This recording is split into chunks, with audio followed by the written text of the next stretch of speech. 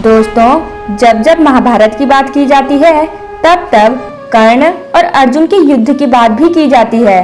कर्ण के पास परशुराम द्वारा दिया गया विजय धनुष था, तो वहीं अर्जुन के पास अग्निदेव द्वारा दिया गया गांडीव धनुष था। दोनों के ही तर्कस में सभी तरह के दिव्यास्त्र थे, लेकिन कहते हैं कि कर्ण का विजय धनुष अर्जुन के गांडीव धनुष से कई ज्यादा शक्तिशाली था। लेकिन दोस्तों, जब सूर्यपुत्र कर्ण का विजय धनुष इतना शक्तिशाली था, तो आखिर वो विजय धनुष का इस्तेमाल क्यों नहीं करते थे और क्यों दूसरों से उसे छिपा कर रखते थे। दोस्तों, कहते हैं कि कर्ण के विजय धनुष में ऐसी खूबियां थी जो अर्जुन के गांडीव धनुष में नहीं थी।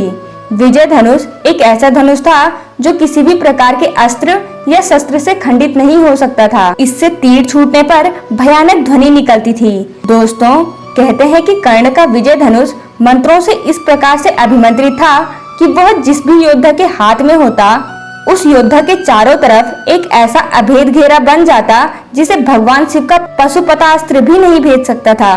कहते हैं कि इस धनुष का निर्माण विश्वकर्मा जी ने ताड़कासुर राक्षस के तीनों पुत्रों की नगरी यानी कि त्रिपुरा का विनाश करने के लिए किया था। इसी धनुष से भगवान शिव ने अपना पशुपतास्त्र चलाकर तीनों नगरियों का एक साथ ध्वंस किया था और इसके बाद भगवान शिव ने इस विजय धनुष को देवराज इंद्र को दे दिया। देवराज इंद्र ने इस धनुष से कई बार युद्ध में असुरों और राक्षसों का विनाश किया था। बाद में परशुराम जी ने हेय वंशी क्षत्रियों का विनाश करने के लिए भगवान शिव की तपस्या कर उनसे ये धनुष मांगा, तो भगवान शंकर ने इस धनुष को परशुराम जी को दे दिया। फिर जब कर्ण ने झूठ बोलकर भगवान परशुराम से धनुर्विद्या और ब्रह्मास्त्र चलाने की शिक्षा प्राप्त की, तब परशुराम जी को इसका पता चला, तो उन्होंने कहा कि उस वक्त वो अकेला पड़ जाएगा और अपनी सारी शक्तियां भूल जाएगा, जिस वक्त उसे इन शक्तियों की अधिक आवश्यकता होगी। फिर बाद में परशुराम जी को दया आ गई। उन्होंने विजय धनुष देकर आशीर्वाद भी दिया कि तुम्हारी अमित प्रसिद्धि होगी। दोस्तों, कहते हैं कि कर्ण इस विजय धनुष का इस्तेमाल कभी नहीं करते थे। इसके पीछे बहुत से कारण थे।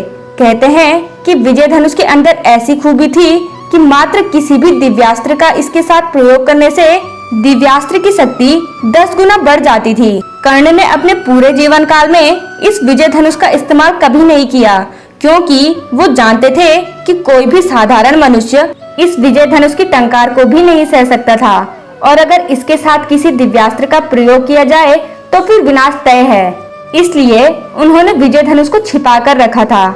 लेकिन दोस्तों, हम आपको बता दें कि महाभारत के 17वें दिन कर्ण और अर्जुन आमने सामने थे।